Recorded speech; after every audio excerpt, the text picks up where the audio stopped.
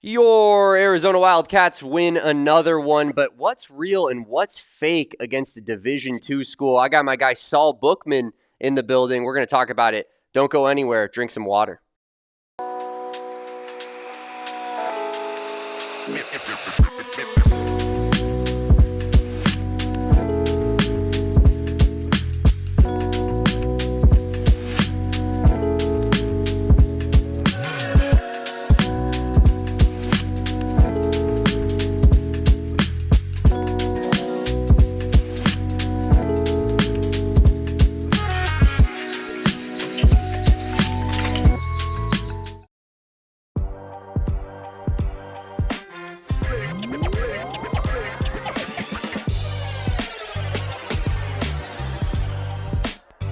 Welcome on in, everybody, to the AZ Wildcats podcast, coming to you live from downtown Phoenix here at PHNX HQ3 in Studio K, presented by our friends over at Circle K. I am Damon Fairall, otherwise known as Damon Dog.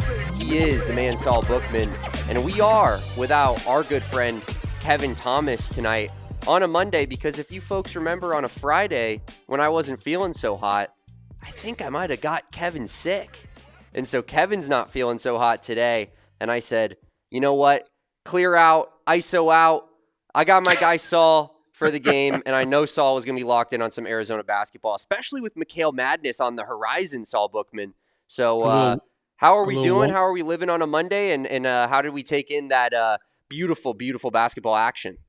A little 1-4 high action. I'm here for it. Let's do it. We're going to do it. I'm glad the quote-unquote preseason's over. Let's get to the real thing. Next Monday, live from Vegas against the defending national champions. Let's see what these guys are really all about. I think there's some things tonight that you could take away. I think there's some things you want to throw away. And we're going to get to all that here in a second. Yeah, absolutely. Tons to talk about here from this one, despite it being against, not exactly the best competition in the entire world.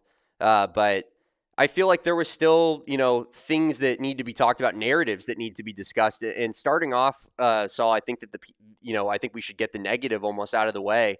Mo Krivas looked rough to start, looked a little bit rusty. And I think this was like the type of game where Arizona fans were like, he just needs to go out there and put people under the bucket and just like make it embarrassing for the other team, right? Because there's nobody that can guard him on Embry Riddle. They don't make 7'2" dudes that are 250 pounds that can move like Mo Krivas at Embry Riddle. And he still didn't exactly look probably the way that Arizona fans would have wanted him to look. What did you see from the Arizona big man today? Yeah, it's a mixed bag. There's a lot of, I understand why here, but there's also a lot of just a lack of instinct. In a lot of fundamental problems, I would say. And I'm not trying to just bag the guy, but I'll say this.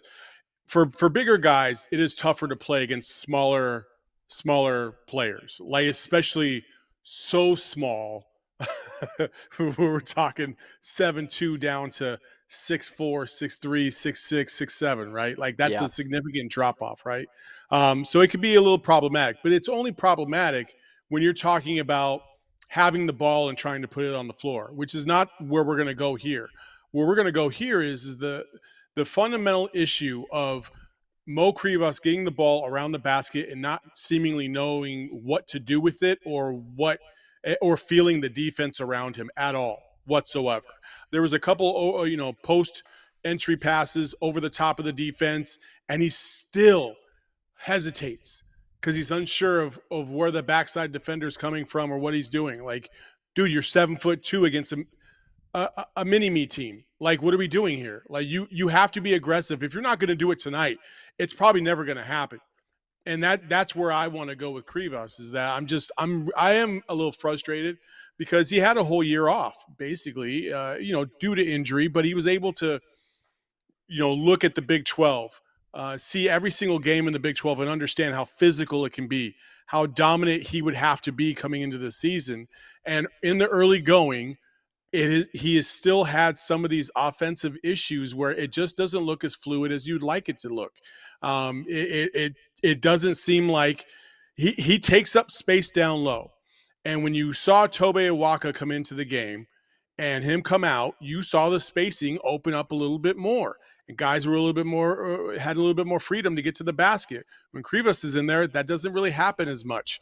So he has to be more effective down low in the post than somebody like Tobe Awaka. But tonight, Tobe, he played with the instinct that you want Krivas to have. When he got the ball down low in the post, he knew exactly what he wanted to do. He felt the defense, he got the move, and he got the basket.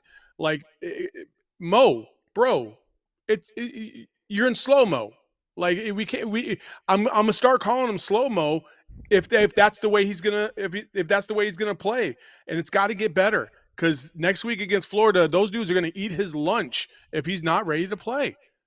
Yeah, no, there's no doubt about it, Saul. And I think, especially you look at the dichotomy of your two bigs. You look at Tobe Awaka versus Mo Krivas, and you see what it looks like when a dude is playing against inferior competition and just knows how to go get his, right? And Tobe Awaka was undeniable all night long. I mean, he had 18 points, 8 for 10 from the field, 14 rebounds, I should say, 18 points, 14 rebounds. But Mo Krivas, conversely, 7 points and 9 rebounds. So not quite the Tobe Awaka game. And like you said, it's not just the statistics. It's also the eye test. It's the watching of the instincts that Mo Krivas seemingly is still working on. And what's weird about Mo Krivas for me, Saul, is that it feels like some of the instinctual stuff he has down really well for a guy of his size, a guy who's a foreign big man. Like, some of the back to the basket stuff looks pretty fluid. But then it's the finishing touch on the shot where I'm like, everything's in and out.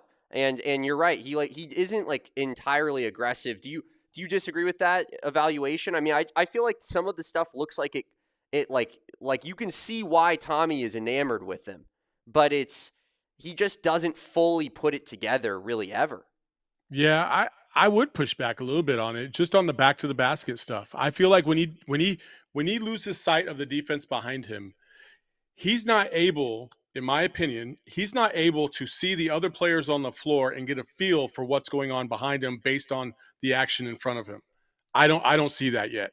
I just see him, he's focused on the one guy, and if he's looking at the guy to back him down, then he can see the defenders and he knows what to do. But I'm talking about, like, one of the things that made Charles Barkley is when he would post up and guys would throw that entry pass, he knew exactly where every player was on the floor. And that's why sometimes when that entry pass would come down, they tell you to kind of lead with your back leg and kind of hook the defender to get to the basket, right? He was so good with that move that it was basically a spin move as he's getting the ball, easy layup.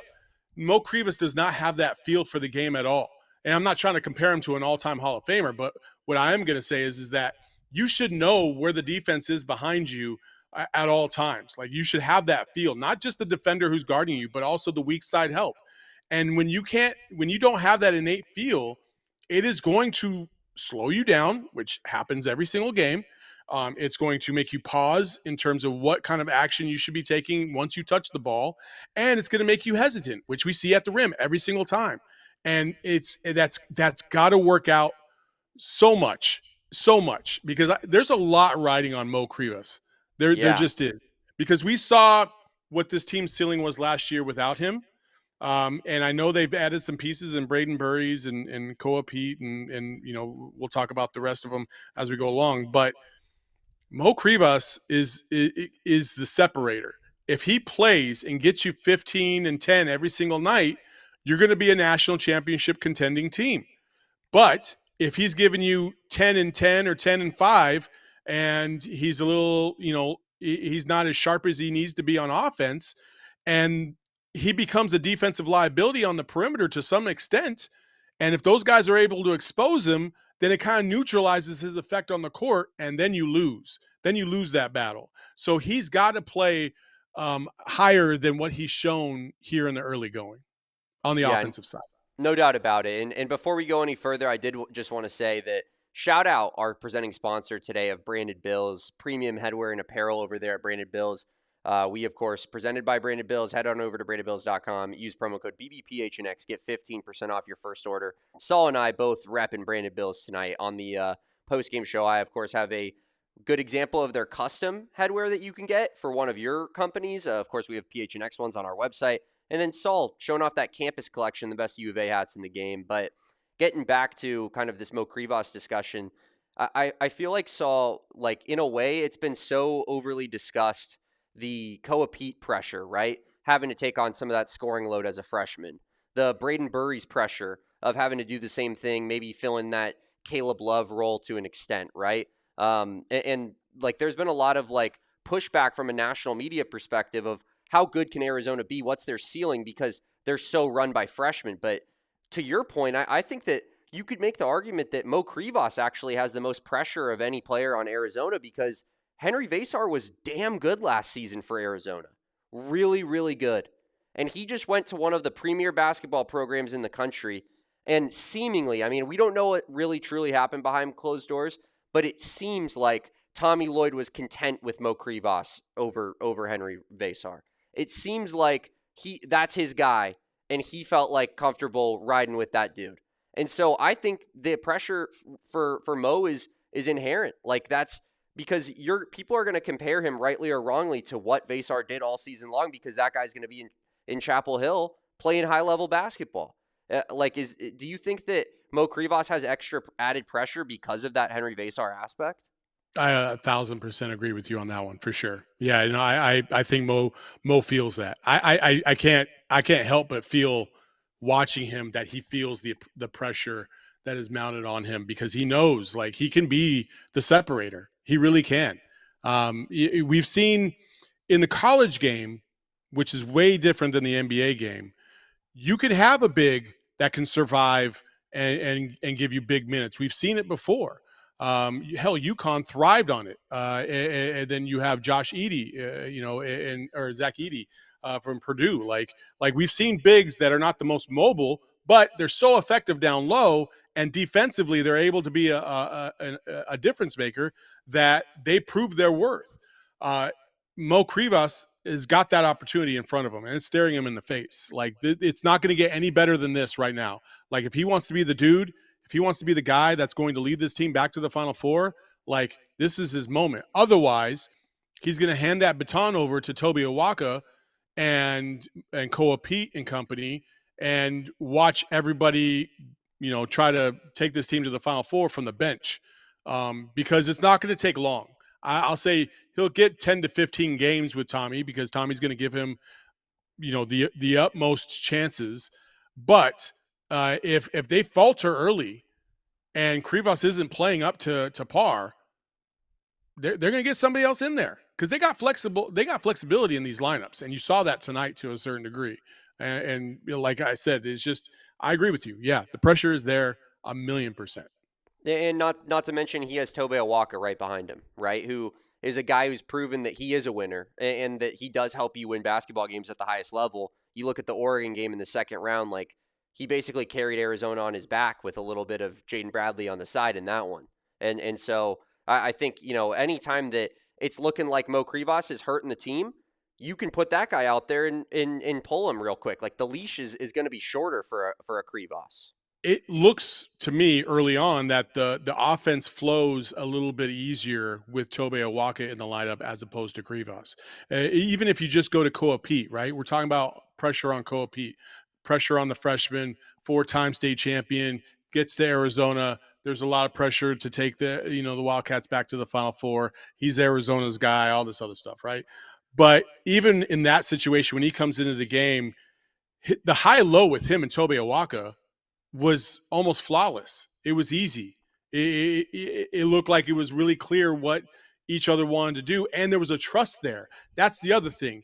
Tobe Awaka, when he seals, he seals. Like there is no getting around that guy. When Mo Krivas has got the seal, for whatever reason, he loves to shrink his body. And what I mean by that is, maybe I should stand up and do this, okay? Let's see if this works, okay? What I mean by that is instead of standing tall and erect and sealing off your guy with your hand wide open, Krivas likes to get into a squat and do this. And he minimizes himself by doing that. That's a little expo demo for you there. And so like when you do that, you lose your effectiveness as a big. And he does that because maybe he feels like he doesn't have the strength when he stands vertically enough to hold off the defender, but he does because he doesn't realize how tall he is sometimes. And he's got that to his advantage. So he just needs to do a better job of really understanding what his physical capabilities are and just dominate, dude. Stop playing scared. Stop playing scared. Man Simple up. as. Yeah, simple as Saul Bookman. And I think, All City's own Tim Legler better be on watch after that little physical display that Saul's given you on camera, because that is upper echelon basketball analysis. We're going to get back to it. And, of course, talk about more about this rotation and just kind of, what we need to see from Arizona before they face off against Florida in 1 week. We'll do all that and more right after the break here on the AZ Wildcats pod.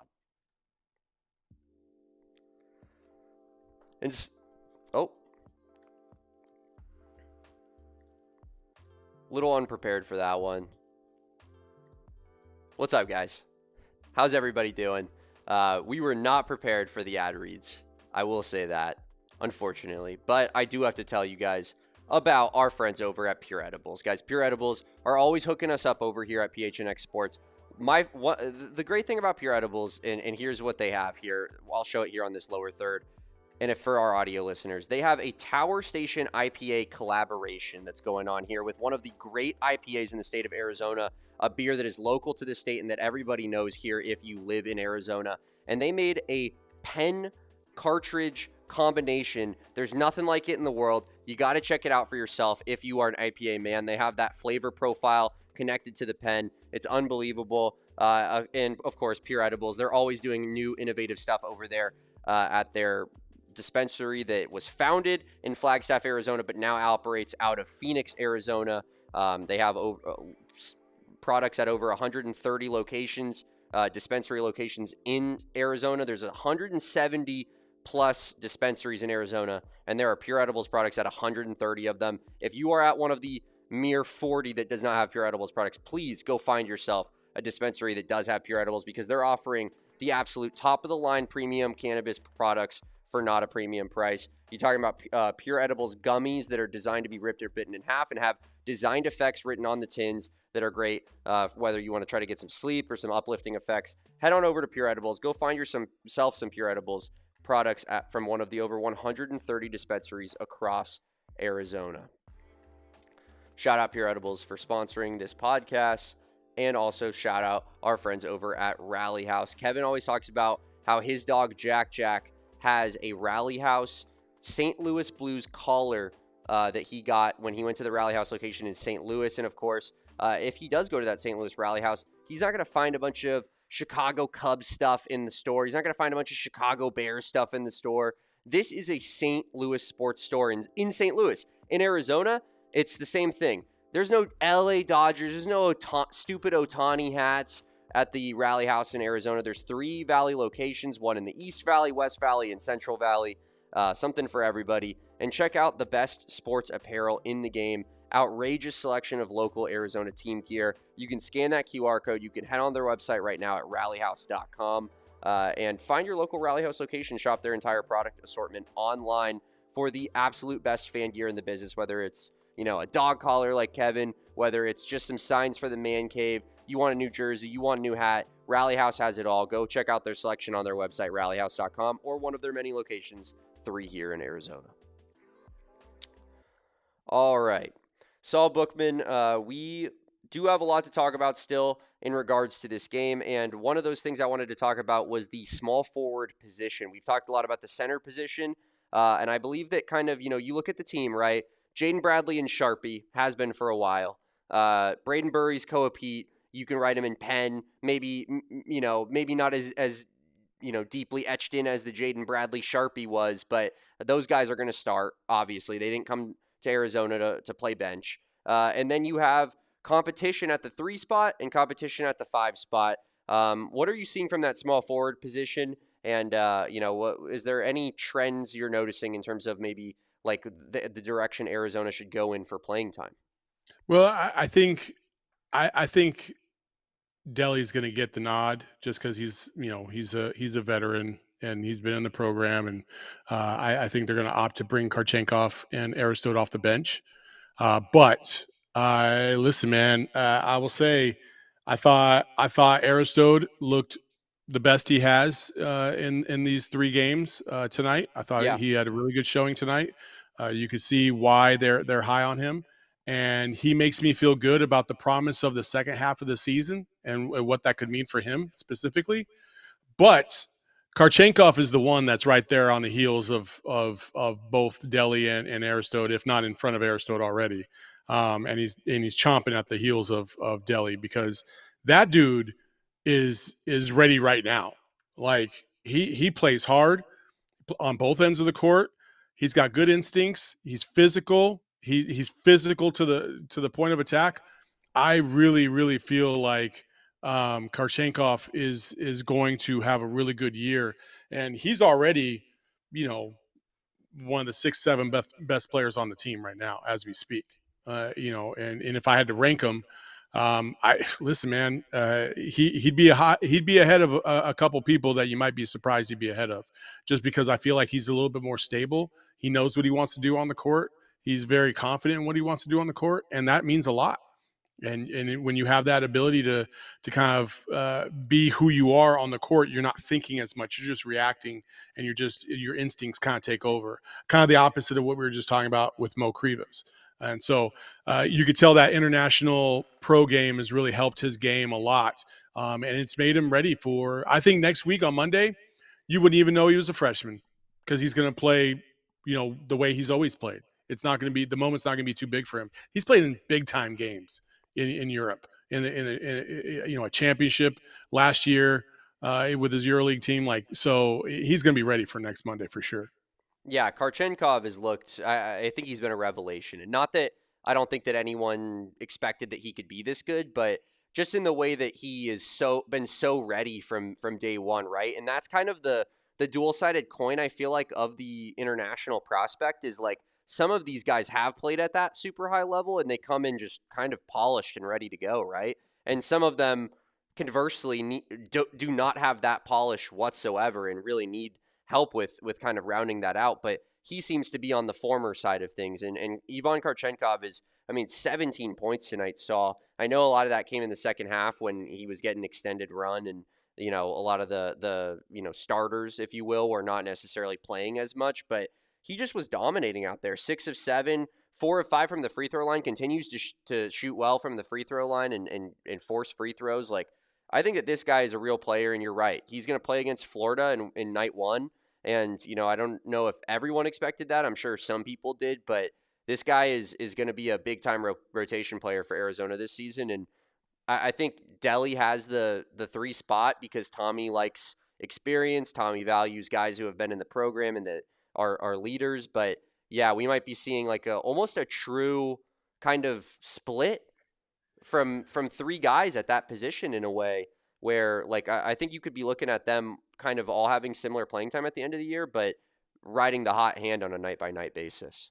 Oh, 1,000,000%. I think the Delhi deserves the nod because, listen, Delhi hasn't done anything to lose it. I'll say that he No. hasn't done anything to lose his spot. So, like, you're not going to take it away from him.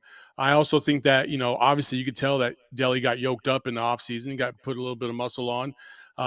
We haven't seen the 3-point shot nearly as much, just because he doesn't need to do that. He needed to work on other things, and that's what he's been trying to do. He's been trying to take it a little bit more to the rack, be a little bit more of a facilitator, back down guys even from time to time, which we would never have seen last year, which is good. Like, this is the whole reason why you have the exhibition season, is to work on these small little things to get you ready for the regular season. It's not to continue to do the things that you're good at, because that's pointless, especially against a team like Embry Riddle. No disrespect, but the NAIA teams are not coming into McHale to beat a potential Final Four contender. So just work on the stuff that you need to work on.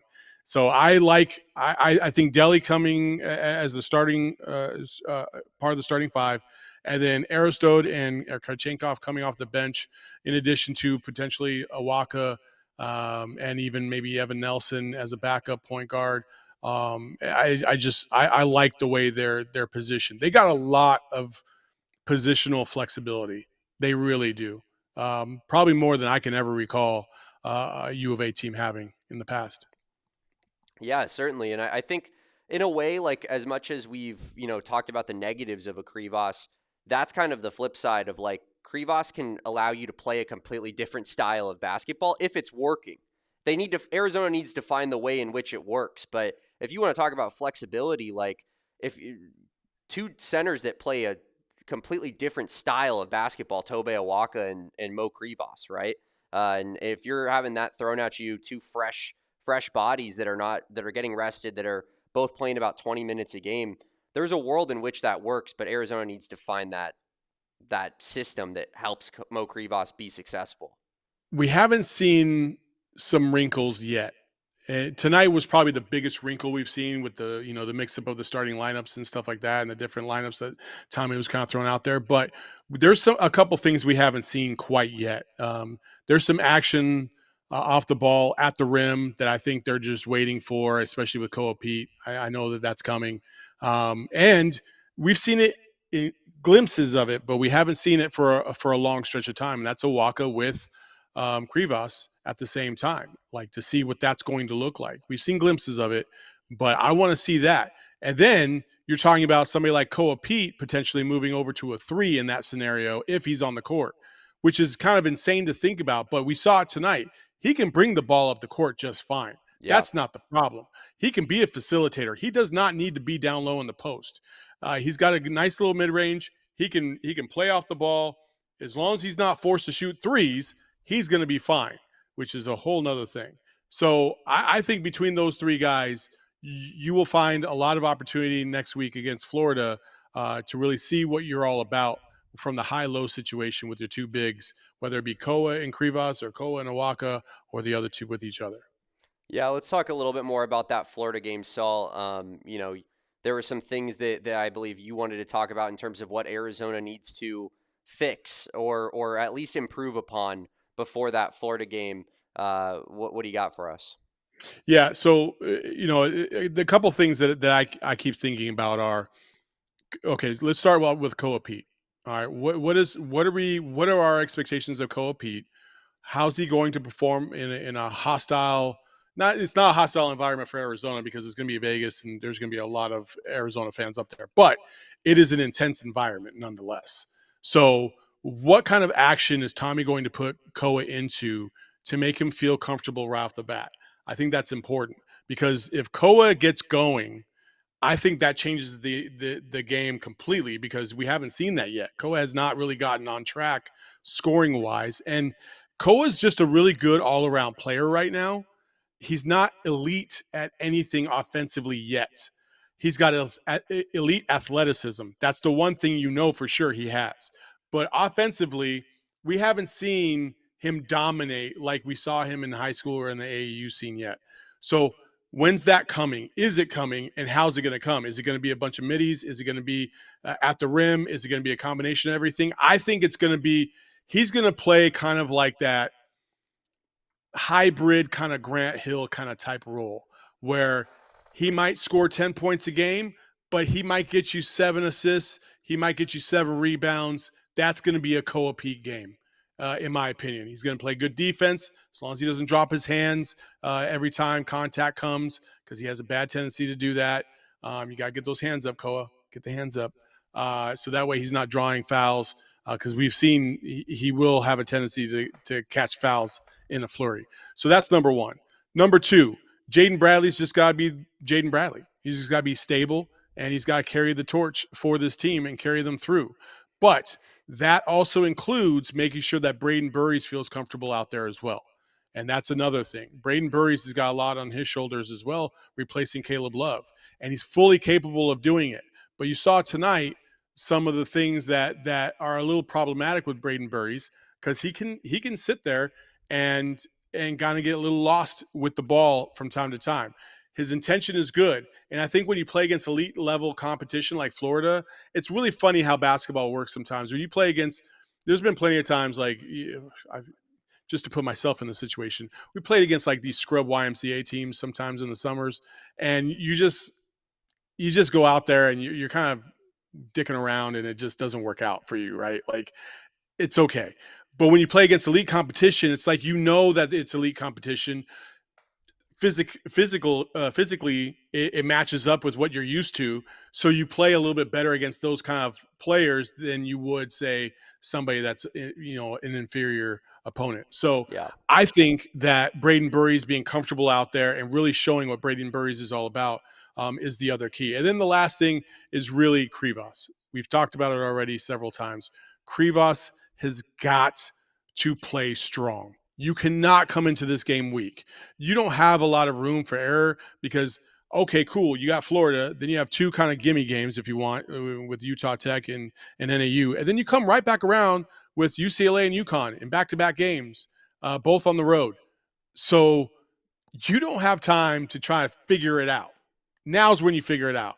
So I think the combination of those three is really going to be important for Arizona to really succeed. There's a lot of other things, obviously, tangibly. Tommy's really good at setting players up for success, and they didn't really show a lot in the preseason. Everything was really vanilla and very basic, nothing crazy. Every now and then a play drawn up just to get a bucket, something at the rim, something that you're going to put your players in a good position to take advantage of. He hasn't done any of that yet. He hasn't drawn any of that stuff up, but it's coming. And when it comes, they're going to be at key times of the game where they just need a bucket or they just need some juice from somebody like a Cole Pete off a lob, a backdoor screen or something like that gets the team into it and off and running. And so those are the things that I'm really looking forward to next Monday. Yeah, I want to stick on Koa Pete here for a second because that's one thing I kind of wanted to ask you about, Saul. Is there any concern from your standpoint about kind of the lack of Koa Pete usage, I guess? I mean, because like you said tonight, it didn't need to be the Koa Pete show. So why would you spam, pick and roll with Koa Pete as the ball handler and get him into those actions when that's not necessarily what the game is dictating, right? So I feel like we're going to see a lot more of that against Florida. Am I wrong in thinking that like it's just going to be kind of an entirely different Koa Pete than what we've seen through two exhibition games night one? I don't think we're going to see an entirely different Koa Pete. I will say we will see a more efficient Koa Pete. I would say that. I would say he's gonna play cleaner because he has to. You don't come into Florida thinking like, okay, I can half-ass this. And I'm not saying that he has to this point. He's been trying to learn as we've gone about the season. But now this is the real test Yeah. to find out what you're about. And a lot of those complacent things that maybe in practice you got away with a little bit, or in these games that didn't really mean anything, you got away with a little bit. I guarantee you, tomorrow, whether they've been talking about it up until this point or not, which I know they have, it's just different when you know it's the next one, right? When you're in practice and coach has been telling you for like a couple months, you can't do that against Florida. Like, I got you, coach. Tomorrow, when we get to practice, and that first lackadaisical pass that's a bounce pass, but it was meant to be a chest pass, but I kind of threw it soft. Get on the line. We're running because we are not taking that today. That's just not how it's going to be done. So when Tommy said last week, the next time you see us, it'll be a different Arizona team, I don't feel like he meant tonight. I feel like he meant Florida, which is actually 2 weeks ago from that point. So I'm excited for this. I do think that they have some sloppy tendencies that'll be their freshman tendencies. They'll be worked out. But once they get the feel of it, and I would say probably 10 to 15 minutes into the game, that's when it'll start to settle in, and that's when they'll start to feel that comfortability, and then we'll see the real Arizona.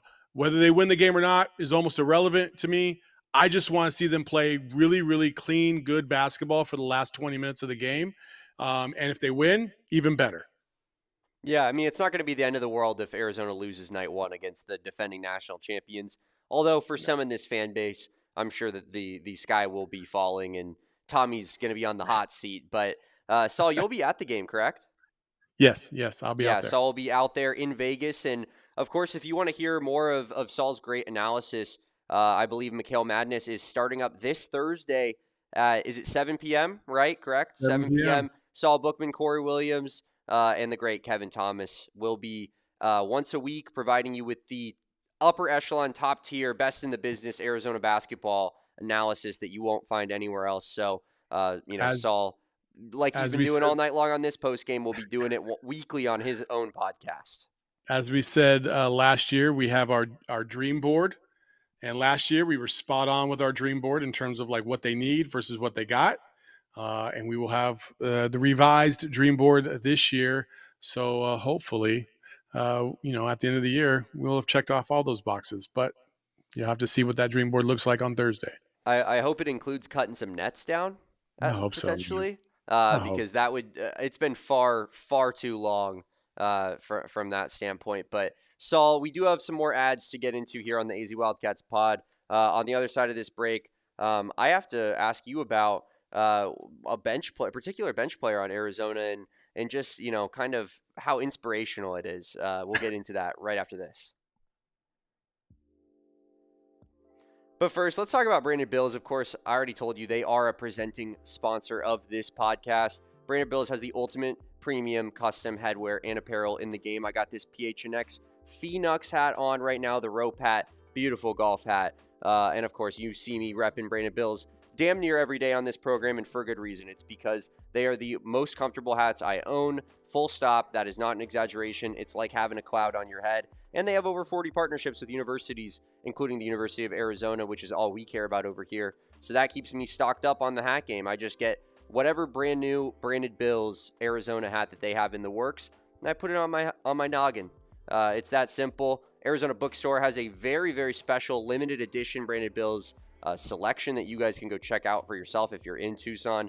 But if you head on over to their website at brandedbills.com, you haven't made an order yet, BBPHNX is going to get you 15% off that first order. So head on over to brandedbills.com and use promo code BBPHNX for 15% off your first order. Love our friends at Branded Bills. Love talking about them all the time. And of course, I also love talking about our friends over at Gila River. And that's also for good reason, because I am a gambling man, I'm a casino man, and I'm a Wild Horse Pass man. We've been over this. They have a ton of great locations when it comes to Wild Horse Pass in the Valley. Check out any of their 4 locations that they have to offer: Wild Horse Pass, Lone Butte, V Kiva, and Santan Mountain. I know Kevin's out there by V Kiva, and he's been itching once he made that move to get out there. So we're going to have to get that review from him eventually. I'm going to have to force him to go because we need to hear what's going on at V Kiva. But I know what's going on at Wild Horse Pass, and it's unbelievable stuff, guys. When they say you do you, it's because they truly mean it. It's because you can do whatever the hell you want at a Gila River Resort and Casino location, whether that's gambling on the live table games or slots, getting a nice steak dinner at Don Shula's Steakhouse, whether that's watching a concert or a comedy show at the great music venue concert hall that they have there. You can do anything at Gila River Resorts and Casinos. Wild Horse Pass being my favorite. Go big and go home a winner. You do you at Gila River Resorts and Casinos. Visit playathgila.com for more details. Now, Saul, I tease it and I talk about what an inspiration a certain Arizona basketball player is. And, just a Tucson kid, just a kid from Tucson, right? Evan Nelson going out there, and he looks pretty good. Like I'm not saying that he's going to go out there and play a bunch of minutes against Florida, but I think that if Jaden Bradley's in foul trouble, this is a guy that you can trust a little bit. I do think that he is someone that can hit his open shots, especially those 3-pointers. So what have you seen from Evan Nelson and the backup point guard role at Arizona in general? He's stable. That's all you need. You just need stability. If Jaden Bradley, God forbid, were to get in foul trouble or injured, knock on wood, then Evan Nelson is a solid backup that's going to take care of the ball. He's not going to do anything to hurt you, and that's a better position than they have been in the past. Listen, Evan Nelson is going to be a fan favorite just because he's from Tucson. I like his outside shot. I think he's going to be a consistent outside shooter, but I would probably expect him to play about 10 minutes a game at the most, because Jaden Bradley never comes off the floor, and there's not another position that you're going to put Evan Nelson in. There's just not. So stability wise, he's a good choice. Yeah, and I think that also just from a leadership standpoint, right? Like we heard him when we talked at Arizona Basketball Media Day, talking about his relationship with C.D. Gay and Mobile Mawut and Ivan Kharchenkov. He's kind of been, I think, tasked almost with it by this staff of, kind of putting these guys that are acclimating to the United States in Tucson for the first time in their lives, and kind of putting his shoulder over them and saying, like, this is what we're going to do. This is where we're going to go eat. And I think that that's the perfect type of person to have around these players. But I got to say, I know that I'm taking the piss a little bit. I'm having a good time with it. And but I do genuinely, like, I get fired up when I see Evan Nelson hit a shot at McHale, because Dude, there's listen. just something about it. A kid that's dreamed of it his entire life. And I'm an Arizona guy. I'm a Tucson kid. Saul, you're an Arizona guy. There's not too many of us. Most people are transplants, I feel like, in this state, this place we call home. But it brought the thought to my head. What the hell was it like to watch Sean Elliott play at Arizona? Oh, Because I'm sitting here watching Evan Nelson hit 2 3-pointers, Saul, and I'm like, ah! And well, then I'm thinking, the greatest player that we've ever had is from Tucson. That must have been, like, inspirational. That must have been a religious movement. Just people in McHale just yelling amen watching Sean Elliott. So for me, it was Mike Bibby, because Mike graduated a year before I did. Yeah. I had heard about Mike Bibby, and then I got to see him play in the state championship in '96, and the dude was just smooth as all hell. And I was just like, okay, he's really good. And then I got a chance to play against him. I was playing for the Arizona Heat at the time, and he was playing for the Arizona Stars. And we had like a pickup basketball game down the Phoenix Suns practice court, and it was the first time I got a chance to play with him, play against him. And when I say, like, I feel like everybody has a moment when they feel like, oh yeah, maybe the NBA ain't for you, buddy. That was probably my moment, because he just made everything look so damn easy, like just so easy. And so I was already a fan at that moment. I was just like, dude, I like this guy. He's really good. Like, he didn't have an ego. He was even telling me things that I could do to help myself out. And, like, I was just like, that's cool, right? He was just really. And then when he led us to the national championship, I was just like, it was everything. Goat. Like, it was everything. Like, Yeah. I was on cloud nine. Like, this is the greatest basketball player in Arizona State basketball history, and he just won the national championship with my favorite school. Are you kidding me right now? This is what it's all about. So yeah, like that was my religious experience, was watching Mike Bibby. And he made it look so easy. What a jerk. He made it look so easy on that court. It was ridiculous. The no-look pass in the national championship game to AJ Bramlett for an and one, and I was just like, man, some people they have a gift, and he had a gift. I was talking about it. This is completely off topic, but I was talking about it a little bit with my roommates earlier, because we all went to U of A at the same time. How we went to U of A in probably the worst 4 years of stretch of athletics for fun reasons that you possibly could have gone to Arizona for. What 4 years? What 4 years? Tell me. So my first year for football was Khalil Tate. The next 3 years were Kevin Sumlin. And then my first year for basketball was DeAndre Ayton. And the next 3 years were the end of the Sean Miller tenure. So it was essentially, the freshman year was kind of fun, but masked with a ton of scandal. And every year after that was pretty pathetic and brutal. Plus COVID happened as well. So it just was a monstrosity. And we were talking about how awesome it would have been to have gone to U of A during the 90s, like Oh, 93 to 97. I mean, you guys had it the best of anybody. yeah. I wish I was going to school at that point in time. I was not. I was playing at South Mountain Community College instead. Yeah. And playing high school basketball. But like I was there. My last year at U of A as a non-traditional student, when I got my master's, was your first year. Mm-hmm. So my last year was the DA year, and then I left, followed him up to Phoenix, and then the rest is history. But yeah, that's a pretty brutal stretch. I can't really think of another stretch that was as brutal, because even in the transition from Lute to eventually Sean Miller, we still made the tournament. Yeah. Like, we were still a good team. We didn't make the tournament 3 of my 4 years. That's uncanny. That is really hard to do. It was un-Arizona. It was FBI. Okay, so it was first round loss, blowout to Buffalo, freshman year. Then it was miss the tournament with Justin Coleman and Chase Jeter in that pathetic team. Then it was Nico Mannion, Josh Green, Zeke Naji, COVID stopped them from playing in the tournament. Then it was self-ban with Akinjo the next year. I mean, just brutal stretch from If it Arizona makes basketball standpoint. if it makes you feel any better, it probably won't. But that Arizona team with Nico Mannion wasn't getting past the first or second round at No. max. They would have made Max. it, but they would have lost first or second round, like you said. Yeah. That was Yeah. such a mentally soft team. I mean, they had no chance. They had absolutely no chance. But so I did want to talk to you. You had in here that you wanted to talk about lineups. Did we already get to the lineup aspect of Yeah. things that you Yeah, wanted we're to good. talk We're about? good. Cool. Yeah. Cool. So I think this is the portion of the show now where we can transition into Big 12 football and just kind of what we saw over the weekend here.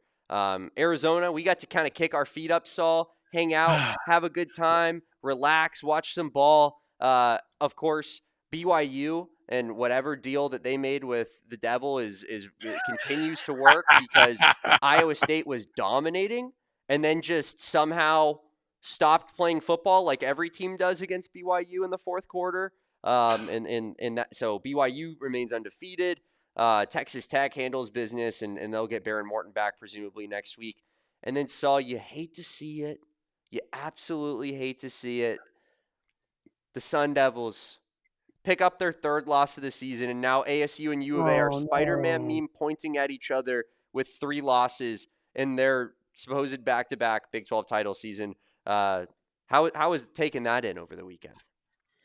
I mean, listen, it's so predictable. It It was is. so predictable. We all said it because we just lived it. Come into the season, you just had a big bowl win, and like you're on cloud nine. Hell, they had a higher cloud nine than we did. They made the CFP. They were a 4th and 18 away from beating Texas and playing Ohio State in the national semifinal, Yeah. and they choked. Oh my gosh, like I would have been hyped up too. But as they always say, every year's different, and you better come ready to go every single year. And listen, Kenny Dillingham, from everything I've heard, he was already losing his mind in the preseason because he felt like his team just was not as locked in as they needed to be. So credit to him for already I heard knowing, the like, same, by the way. yeah, like these guys were like, we're here. No, you're not. You're not Alabama. You're not Georgia. Like, you haven't arrived. You lost to Texas, who's also a bunch of bums right now out there in freaking Austin. So, yeah, so predictable that they would lose 3 games. And man, I'm starting to feel a little bit better about Arizona. I will say this, because they lost to BYU. Yeah. Yes, they should have won that game. There's no reason why they shouldn't have won that game. They should have won that game. They choked that away. Big time choke. They battled back against Houston. And if the defense could have made one more stop, potentially they could have won that game too. But Noah wasn't losing that game. If defense made one stop, Arizona was going to win that football game. Yeah. But you watch Houston do what they did to ASU this past weekend. You're like, oh man, to go into Tempe and dog walk them like they did, that was impressive as hell.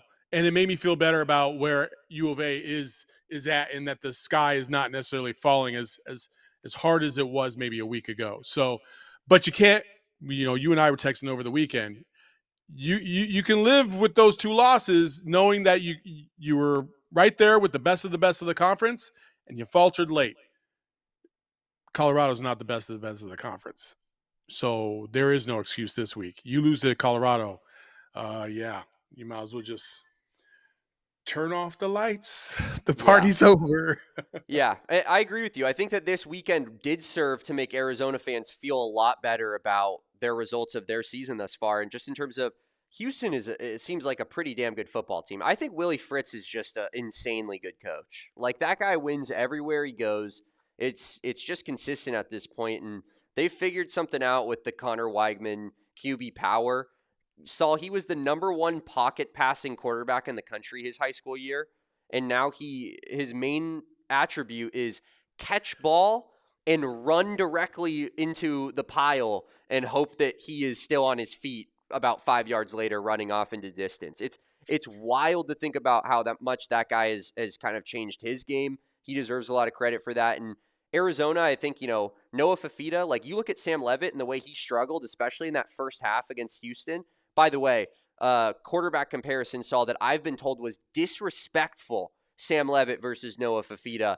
Not even a comparison, not even close. Noah Fafita threw 2 incomplete passes against Houston, 26 of 28, like 250 plus yards, 2 touchdowns, no turnovers. Sam Levitt didn't have a point scored in the first half. And, I think that you got to feel good about how Arizona's offense played, particularly in that one. And then against BYU, it's like that team just beats everybody in that exact way. And the fact that you probably had the best chance of beating BYU of any team this season, that speaks volumes of what a great game you played until the fourth quarter when you started throwing up all over yourself, which was unfortunate. But like you said, Colorado, no excuses, cannot lose that game or else the fan base is going to be completely out on the Brent Brennan era in Tucson. Yeah, I mean, half of them already are. 100%. So, yeah, you got to take care of business because I'm out if you lose to Colorado. Like, straight, I'm saying that beforehand. I'm going to go on the postgame show in Colorado. I'll be on the field at Folsom Field. Saul, just pouting on the field. This team stinks. The light is not at the end of the tunnel. It's over. You have the next 2 games to take care of business to be bowl eligible, in my opinion. Colorado and Kansas. You got to take care of business. You have to win these 2 games. And Arizona can. They have the talent to do it. The one at Colorado, playing at Colorado is always tough. But Arizona's, they've been kind of up and down. I think they've had more recent success. I think they won the last 3 out of 4 in Colorado. I think, with I think the outlier being our first year of existence when we just absolutely crapped the bed against their backup to the backup quarterback who looked like a Heisman candidate that day. Couldn't throw. Was that the toilet bowl when Yes. Colorado and U of A were the 2 worst teams? Yeah. Couldn't throw a 5-yard out to save his life, and all of a sudden he's throwing 70-yard dimes on the rope. Like, get out of here, you crazy! I was at that game and I wanted to throw up. But I did want to go back to your BYU point.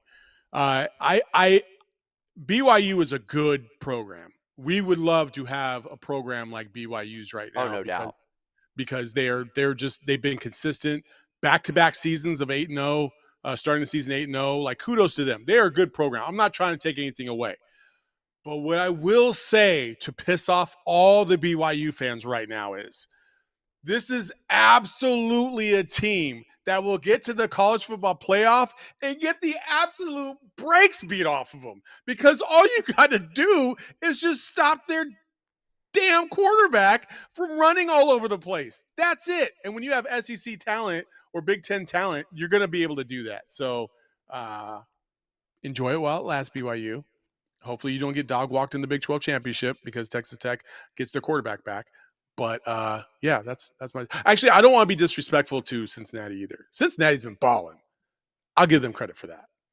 We'll see. I'm going to put this on screen real quick because it looks like a light is shining through and going to burn my face off here at PHNX HQ. Join the supporters club, everyone. If you join the supporters club, you get to pick your own emoji, put it next to your name, and you get to support the channel. You get to support my guys, Damon and Kevin, who do great work, as you all know, because you guys join them every single night for this lovely banter. So join the supporters club. It doesn't cost a lot. It's one way that you can support the channel and the good folks at PHNX. I love them dearly, miss them dearly, and they deserve your love in the form of compensation, if you will. Yeah, it's a quick, easy way to just support what we're doing here. It's nothing extra from a content standpoint.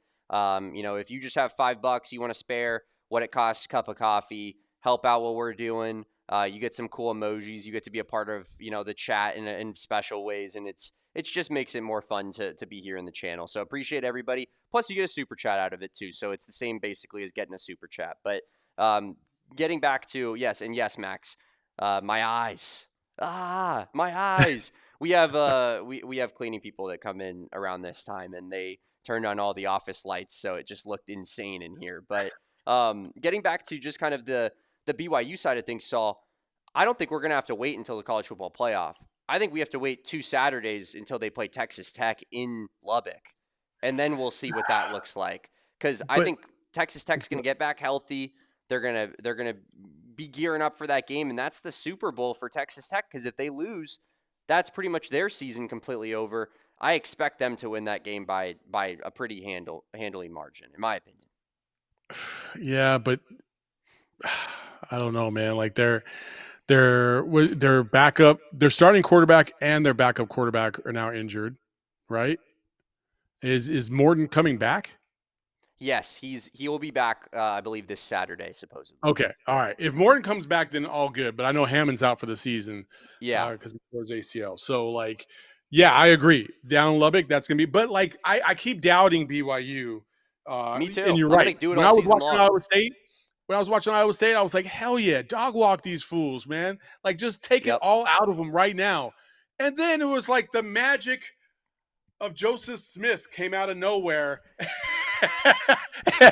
and saved them from the end of days. It was the craziest thing. You're like, what the heck is happening right now? All of a sudden, that ridiculous interception by Becht on the right hand side, like to nobody. Just here you go. Here's a freebie. I don't really care about winning this game. What are we doing here? Oh How my about the gosh. muffed punt? How about the Oh, dude who walked and just stepped on the football and gave the ball to BYU? Did you see that? I didn't There see was it. a punt return. You got to look this up, Saul. This guy who's on the punt return like team. He's like one of the blockers of the Gunners. He is blocking and he gets like kind of blocked into a guy and he fully steps on a stationary football and it squirts out and BYU gets to land on it. These guys have a muffed punt every game. They have an inexcusable interception that goes in their favor every game. It's wild watching BYU football and just like what goes on a game by game basis. But yeah, I mean this conference is so fun. That's the thing I will say. And to answer your question, Indigenous Raptor, yes, absolutely.